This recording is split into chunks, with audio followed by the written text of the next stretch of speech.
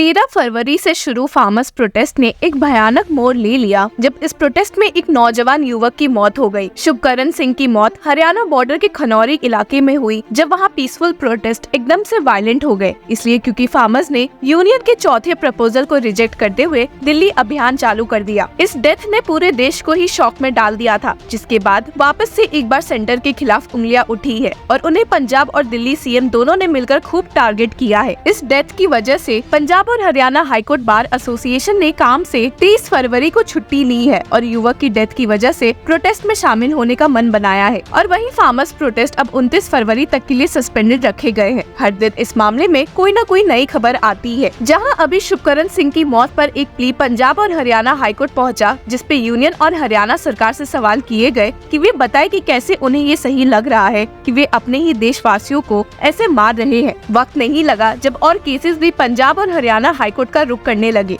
Haryana border के पास मामला काफी खराब है, इसलिए क्योंकि हरियाणा सरकार और उनके सीएम मनोहर लाल खट्टर ने फार्मर्स प्रोटेस्ट को रोकने के लिए बॉर्डर्स पर बैरिकेड्स लगाए हैं। आपको बता दें कि हरियाणा बॉर्डर्स के ऐसे सील होने पर भी पंजाब और हरियाणा हाईकोर्ट में प्ली फाइल हुई थी, जिसकी सुनवाई के दौरान acting chief justice GS Sandhawalia ने हरियाणा स्टेट गवर्नमेंट को खूब फटकारा भी था कि ऐसे कैसे आप बॉर्डर सील कर सकते हैं जबकि फार्मर्स को सीधे दिल्ली जाना है। वही वक्त नहीं लगा जब और केसेस भी सीधे पंजाब और हरियाणा हाईकोर्ट में आ पहुंचे, जो सीधे हरियाणा सरकार को टारगेट कर रहे थे। इसी बीच आप चौंक जाएंगे कि एक केस सीधे सुप्रीम कोर्ट भी जा पहुंचा है। जी हाँ, आपने सही सुना। असल में जहां 21 फरवरी को पंजाब में शुभकरण सिंह की मौत हुई, वहीं कई और केसेस सामने आए कि हरियाणा सरकार और कुछ स्टेट गवर्नमेंट्स, जिसमें सेंटर भी शामिल है, फार्मर्स को पीसफुल प्रोटेस्ट करने का हक बिल्कुल नहीं दे रहे हैं। जहाँ ये कहा जा रहा है कि हरियाणा गवर्नमेंट ने पंजाब में घुसकर फार्मर्स के प्रोटेस्ट में टीयर गैस छोड़े हैं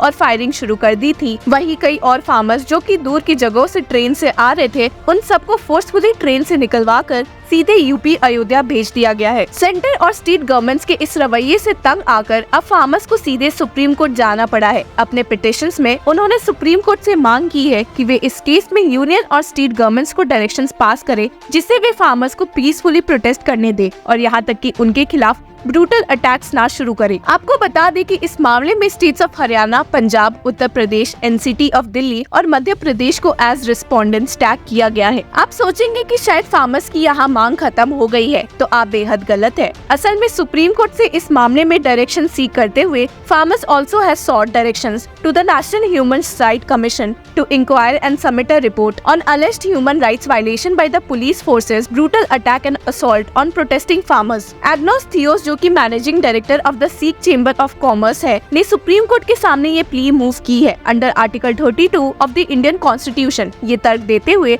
कि यूनियन और स्टेट गवर्नमेंट्स दोनों ने मिलकर फार्मर्स को खूब हरास किया है। आपको बता दें कि पिटिशनर्स ने यहाँ तक भी पॉइंट आउट किया है that national commission on farmers constituted in 2004 under the chairmanship of Professor M.S. Swaminathan has recommended that MSP should be at least 50% more than the weighted average cost of production and that the protesters are also seeking the same। आपको ये भी बता दें कि इस plea ने एक supreme court judgement पर काफी जोर दिया है, जो है Anita Thakur versus government of Jammu and Kashmir, जहाँ पर ये हेल्ड किया गया था that we can appreciate that holding peaceful demonstration in order to air their grievances and to see that their voices heard in the relevant quarters is the right of the people. Such a right can be traced to the fundamental freedom that is guaranteed under Articles 19(1)(a), 19(1)(b and 19(1)(c) of the Constitution। और सिर्फ यही नहीं, farmers ने authority से ये भी मांग की है कि जिन्होंने अभी तक फार्मर्स को डिफेम किया है और उनके राइट टू पीसफुल प्रोटेस्ट को वायलेट किया है, उन सबके खिलाफ एक्शन लेना चाहिए। आपको बता दें कि आए दिन फार्मर्स के साथ साथ यूनियन की मुश्किलें भी बहुत बढ़ गई है, और स्पेशली तब जब फार्मर्स प्रोटेस्ट इतने वायलेंट हो चुके हैं। जहां सेंटर ने सोचा था कि फार्मर्स उनके इस प्रस्ताव को एक्सेप्ट करेंगे, जिससे उन्होंने कहा था कि वे पल्सेस, मेज और कॉटन को एमएसपी पर अगले 5 सालों के लिए खरीदने के लिए तैयार है, वहीं फार्मर्स ने ये प्रपोजल रिजेक्ट कर दिया है, ये कहते हुए कि वे सारे क्रॉप्स की खरीदारी एमएसपी पर चाहते हैं। सिर्फ यही नहीं, इस मामले में युवक शुभकरण की मौत होने से भी यूनियन की बहुत मुश्किलें पैदा हो गई है, क्योंकि हरियाणा स्टेट गवर्नमेंट पर ही ये इल्जाम लग रहा है कि उन्होंने उसको मारा है। और जैसा कि हमें पता है कि हरियाणा में बीजेपी की सरकार ही पावर में है, तो ये बड़ा लाजमी है कि वे इस मामले में आए दिन फटकार सुन रहे हैं। हालांकि आपको बता दें कि इन सब के बावजूद भी सेंटर ने एक बार वापस से फार्मर्स के साथ नेगोशिएशन करने की बात सामने रखी है। Union agriculture minister Arjun Munda ने एक्स पर पोस्ट करते हुए कहा After the fourth round, the government is ready to discuss all the issues like MSP, crop diversification, trouble issue, FIR in the fifth round. I again invite the farmer leaders for discussion. It is important for us to maintain peace. आपको बता दें कि वैसे farmers protest का मामला पहली बार supreme court नहीं गया है। जी हाँ, शायद आपको याद आ गया होगा कि जैसे ही दिल्ली में फार्मर्स प्रोटेस्ट शुरू हुए थे,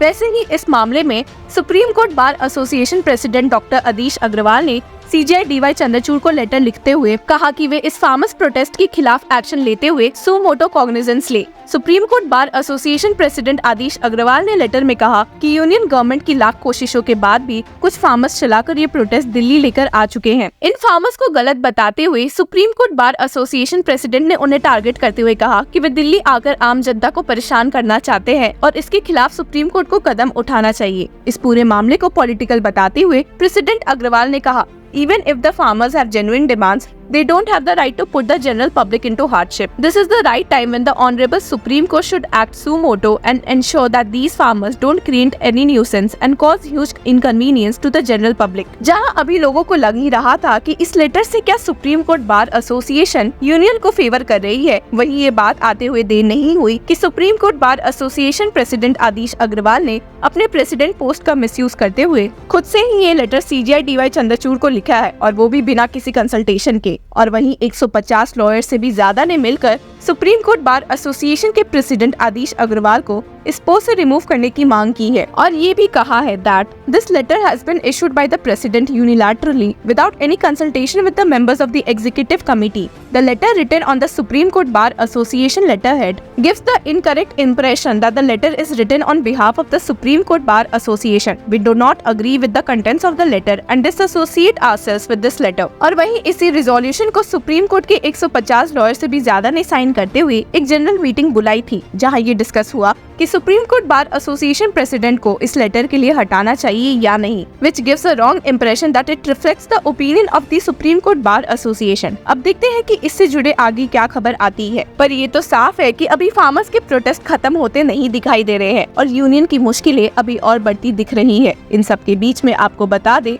कि इस डेथ से लोगों को बहुत सदमा लगा हुआ है। इस मामले में यूनियन ने बहुत लोगों की फटकार सुनी है, जहां अरविंद केजरीवाल ने एक्स पे ट्वीट करते हुए कहा है, पंजाब के नौजवान शुभकरण की मौत बेहद दुखदाई है। क्या इसी दिन के लिए हमने आजादी की लड़ाई लड़ी थी कि एक दिन अपने ही देश में हमारे द्वारा चुनी हुई सरकारें हमारे ही बेटों को अंग्रेजों की तरह शहीद कर देगी। हम पूरी तरह शुभकरण के साथ है और उनके कातिलों को कड़ी सजा दिलवाएंगे। वहीं पंजाब सीएम भगवंत मान ने अपनी नेटिव लैंग्वेज पंजाबी में वीडियोस एक्स पर पोस्ट किए हैं। वीडियोस एक्स पे पोस्ट करते हुए अपना दुख व्यक्त किया है। इसी बीच ऐसे लोगों में सवाल ये भी पैदा हो रहा है कि अगर पीएम ने MSP लीगल पॉलिसी नहीं बनाई है तो स्टेट गवर्नमेंट्स नहीं बना सकते क्या? हालांकि देखते हैं कि अब फार्मर्स प्रोटेस्ट में आगे क्या देखने को मिल सकता है। Till then keep following law चक्रा।